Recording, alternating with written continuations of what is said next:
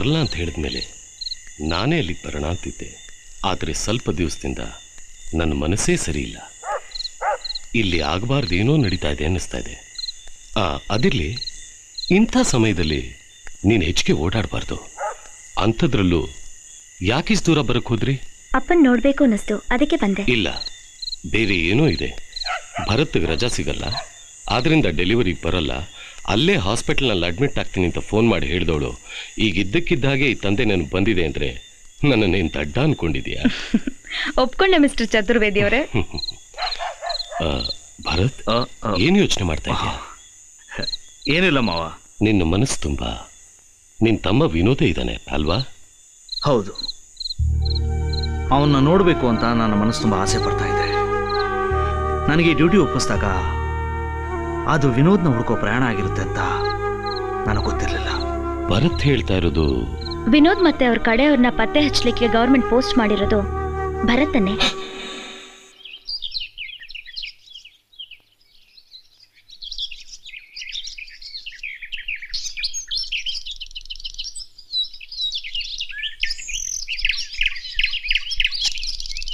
ಭರತ್, ನೀವೊಂದು ಕಾಂಪ್ಲಿಕೇಟೆಡ್ ಕೇಸಿಗೆ ಸಿಕ್ಕಾಕೊಂಡಿದ್ದೀರಾ ಅಂತ ನಂಗೆ ಗೊತ್ತು.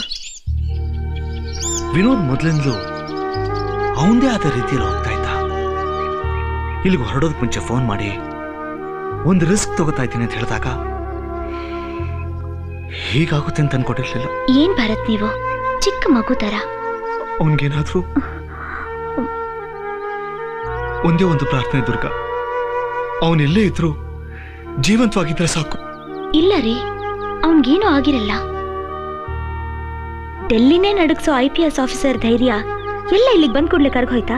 ಒಂದು ಕ್ಷಣ ನಾನು ಒಬ್ಬ ಅಣ್ಣ ಆಗ್ಬಿಟ್ಟೆ.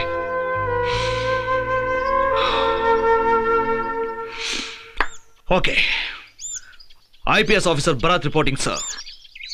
ಪ್ರತಿ ಕೇಸು ಶುರು ಮಾಡೋದಕ್ಕೆ ಮುಂಚೆ ನಾನು ನಿನ್ನ ಕೇಳೋ ಪ್ರಶ್ನೆ, ಎಲ್ಲಿಂದ ಶುರು ಮಾಡಲಿ, ಹೇಗೆ ಶುರು ಮಾಡಲಿ, ಯಾರಿಂದ ಶುರು ಮಾಡಲಿ? ಇದು ನನ್ ಭರತ್. ಈ ಧೈರ್ಯದ ಮುಂದೆ ತಾನೇ ನಾನು ಸೋತ್ ಹೋಗಿದ್ದು. ಗೊತ್ತಾಯ್ತಾ ಮೈ ಲವಬಲ್ ಇಡಿಯಾಟಿಕ್ ಹಸ್ಬೆಂಡ್? ಒಂದು ಕೊಟ್ಟೆ ಅಂದ್ರೆ ಕೊಡ್ತೀರಾ. ಕೇಳೋಕೆ ಇಲ್ಲೊಬ್ನಿದ್ದಾನೆ. ಅವ್ನ್ ಬಂದು ನಿಮ್ ಸೊಂಟದ ಮೂಳೆ ಮುರಿದು ಹಾಕ್ಬಿಡ್ತಾನೆ.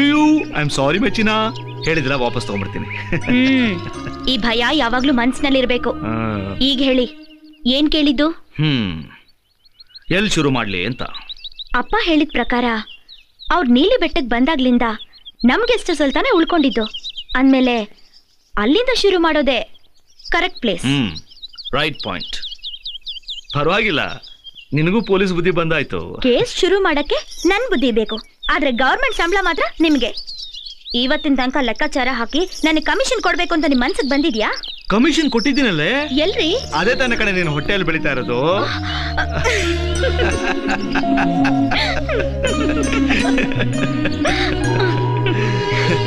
ಹೋಗಿಪ್ಪ, ನಿಮ್ ನಾಚಿಕೆನೇ ಆಗಲ್ಲ.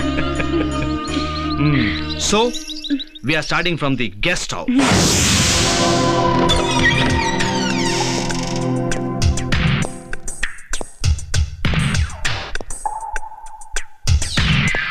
ವಿನೋದ್ ಸರ್ ಅವ್ರ ಸ್ನೇಹಿತರು ಬಂದು ಹೋದ್ಮೇಲೆ ಈ ಕಡೆ ಬೇರೆ ಯಾರೂ ಬಂದಿಲ್ಲ. ತುಂಬಾ ದಿವಸ ಆಗಿದ್ರಿಂದ ಮನೆ ತುಂಬಾ ಧೂಳು ತುಂಬಿಕೊಂಡು ಬಲೆ ಕಟ್ಟಿದೆ.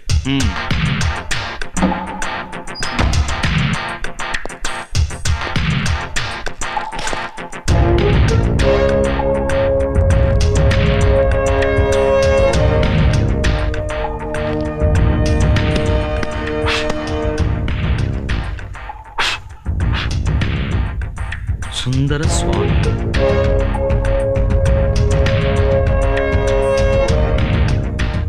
ನೀಲಿ ಬೆಟ್ಟಕ್ಕೆ ನಾವಿಂದು ಹೋಗುತ್ತಿದ್ದೇವೆ.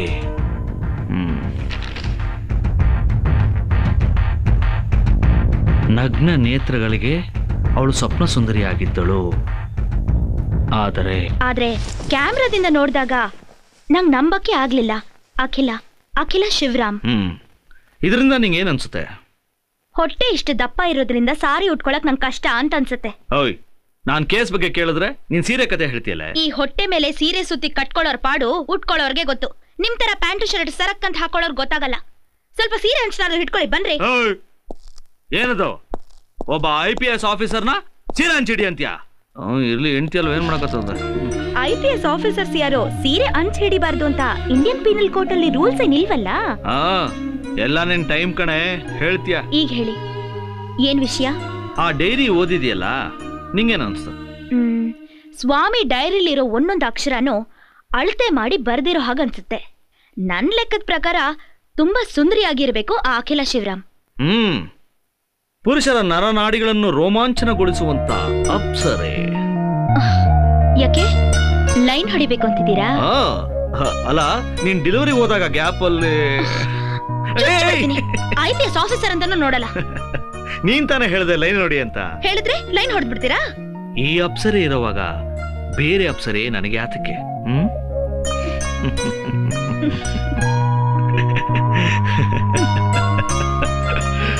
ಸರಿ, ವಿಷಯಕ್ಕೆ ಬರೋಣ.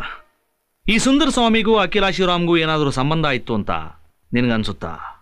ಹಾಗೇನು ಇಲ್ದೇ ಇದ್ರು ಕೂಡ ಸಾಧಾರಣ ಒಂದು ಹೆಣ್ಣಿನಲ್ಲಿ ಇರೋದಕ್ಕಿಂತ ಬೇರೆ ಏನೋ ವಿಶೇಷತೆ ಆ ಹೆಣ್ಣಿನಲ್ಲಿ ಸ್ವಾಮಿ ಕಂಡಿರಬಹುದು. You are right. ಸ್ವಲ್ಪ ಬೊಟ್ಟಿಡಿ. ಯಾಕೆ? ಕರಣಿ ನೋಡ್ಕೊಂಡು ನೀನೇ ಇಟ್ಕೊಳಕ್ಕಾಗಲ್ವಾ? ಗಂಡ ಇಟ್ರೆ ಏನೋ ಒಂಥರ ಸುಖ.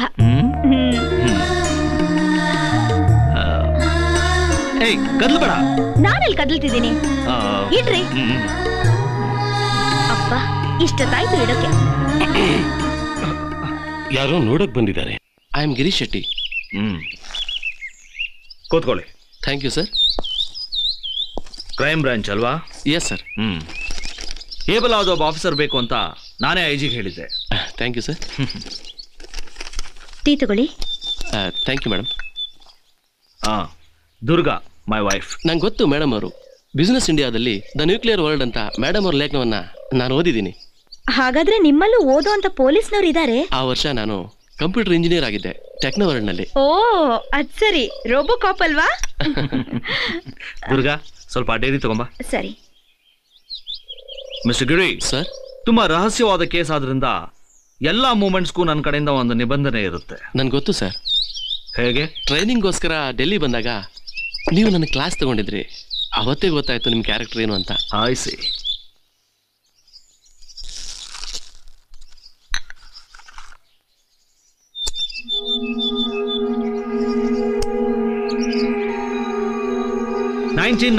ಅಕ್ಟೋಬರ್ 21ನೇ ತಾರೀಕು ಮಿಡ್ವೇ ಎಂಬ ಸ್ಥಳದಲ್ಲಿ ಬ್ಲ್ಯಾಕ್ ಹಿಲ್ ಫಾರೆಸ್ಟ್ ಬಗ್ಗೆ ಒಂದು ಡಾಕ್ಯುಮೆಂಟರಿ ಸಿನಿಮಾ ಮಾಡೋದಕ್ಕೆ 3 ಜನ ಫಿಲ್ಮ್ ಸ್ಟೂಡೆಂಟ್ಸ್ ಹೋಗಿ ಮಿಸ್ ಆಗಿದ್ರು.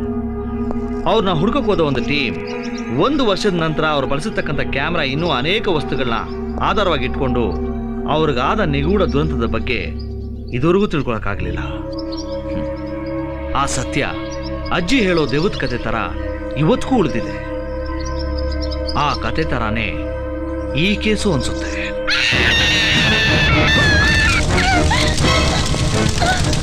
ದುರ್ಗಾ, ದುರ್ಗಾ, ಏನಾಯ್ತು?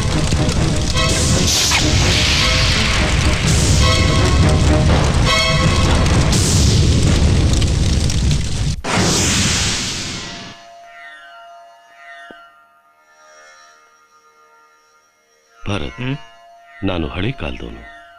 ಆಕಾಶ, ಭೂಮಿ, ನಕ್ಷತ್ರ, ಉಪಗ್ರಹ ಎಲ್ಲವೂ ದೈವಾಂಶ ಅಂತ ತಿಳಿದುಕೊಳ್ಳೋ ಮುದುಕ ನಾನು. ದೇವರು ಮತ್ತು ದುಷ್ಟಶಕ್ತಿಗಳು ಇದೆ ಅಂತ ನಂಬೋ ಮೂಢ ನಾನು. ಈಗ ನೀವು ಇದನ್ನೆಲ್ಲ ಹೇಳೋ ಕಾರಣ? ನೀಲಿ ಬೆಟ್ಟ.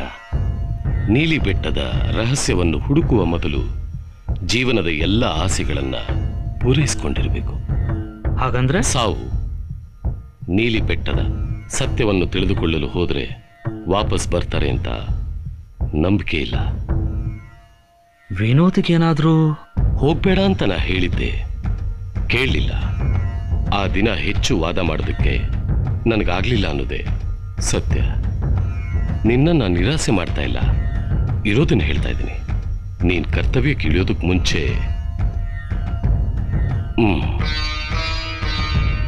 ಇದು ಯಾವಾಗ್ಲೂ ನಿನ್ ಕೈಯಲ್ಲೇ ಇರಬೇಕು. ನಂಬಿಕೆ ಇದ್ರು ಇಲ್ದೇ ಇದ್ರು ಇದನ್ನ ಒಂದಿನೂ ಕೈಯಿಂದ ಬಿಚ್ಚಬೇಡ. ಯಾಕಪ್ಪ ಹಾಗೆಲ್ಲ ಹೇಳ್ತೀರಾ? ಇದು ಯಾವಾಗ್ಲೂ ಇವ್ರ ಕೈಲೇ ಇರುತ್ತೆ.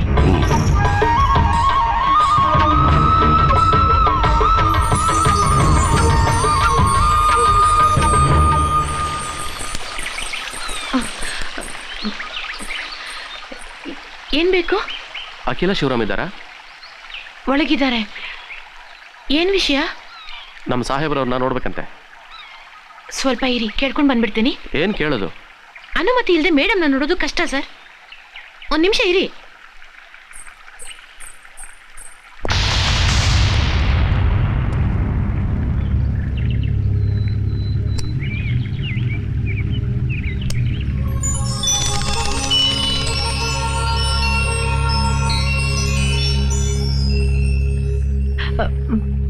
ಮೇಡಮ್,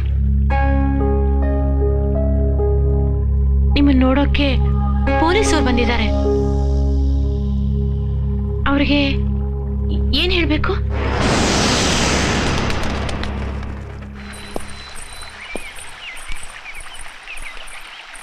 ಕ್ಷಮಿಸಿ ಸರ್, ಮೇಡಮ್ ಇವತ್ತು ಯಾರನ್ನೂ ನೋಡಲ್ವಂತೆ.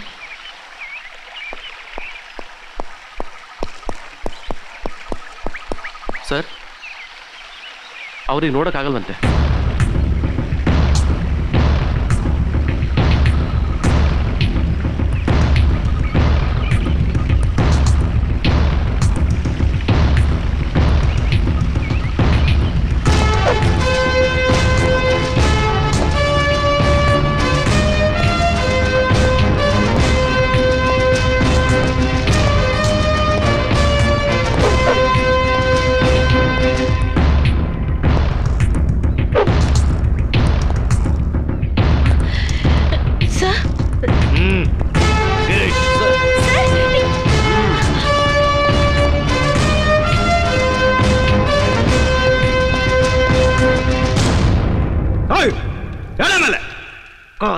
ತಂದು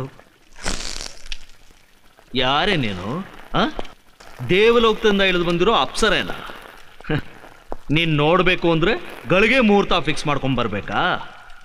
ನೀನ್ ಅಷ್ಟು ದೊಡ್ಡ ಮಹಾರಾಣಿ ಆದ್ರೆ ಅದಲ್ಲಿ ಹೊರಗೆ ನಿಂತಿದ್ದಾಳಲ್ಲ ಅವಳ ಹತ್ರ ಇಟ್ಕೋ. ಈ ಭರತ್ ಹತ್ರ ನಿನ್ನ ಆಟನ ಇಟ್ಕೊಂಡ್ರೆ ಕಾಲಲ್ಲಿ ತುಳಿದು ಹೂತಾಕ್ಬಿಡ್ತೇನೆ. ನೀನ್ ಕರಿತೀನಿ, ಯಾವ ಗಳಿಗೆಯಲ್ಲಾದ್ರೂ ಬರಬೇಕು, ಅರ್ಧ ರಾತ್ರಿಯಲ್ಲಾದ್ರೂ. ಇಲ್ಲ ಅಂದ್ರೆ ಒಡೆದೋಗುತ್ತೆ. ಮನಸ್ಸು ಮಾತ್ರ ಅಲ್ಲ, ಎಲ್ಲ. ಗೊತ್ತಾಯ್ತಾನೆ? ನೀನು ಮೈಂಡ್ ಬಂದ್ಬಿಡ್ತೀಯ. ನೀನ್ ಬಂದೇ ಬರ್ತೀಯ.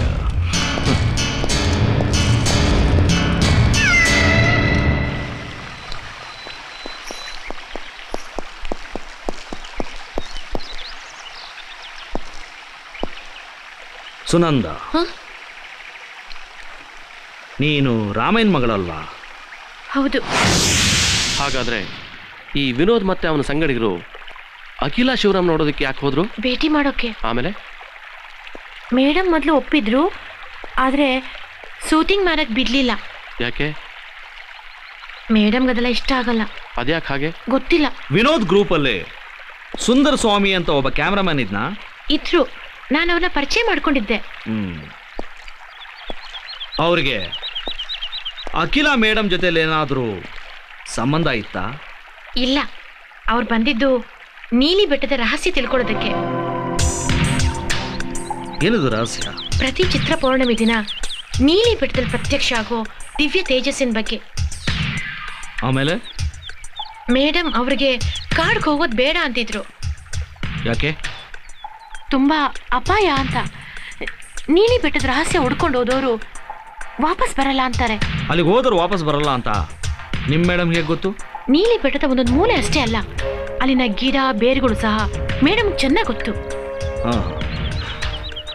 ವಿನೋದ್ ಮತ್ತು ಅವನ ಸಂಗಡಿಗರು ಕಾಡು ಒಳಗೆ ಹೋಗೋದು ನಿಮ್ಮ ಮೇಡಮ್ಗೆ ಇಷ್ಟ ಇರಲಿಲ್ಲ ಅಲ್ಲ?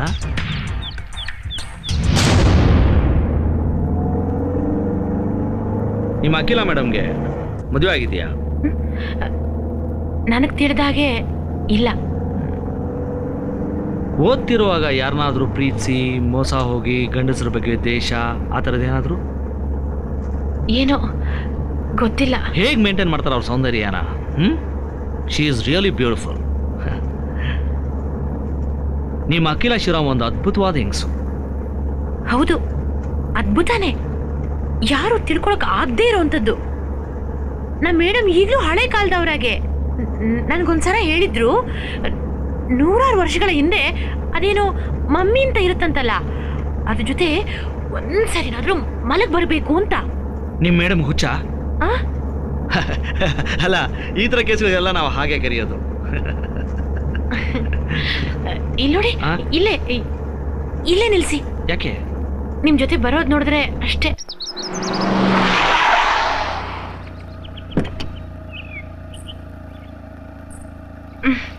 ಬರ್ತೀನಿ.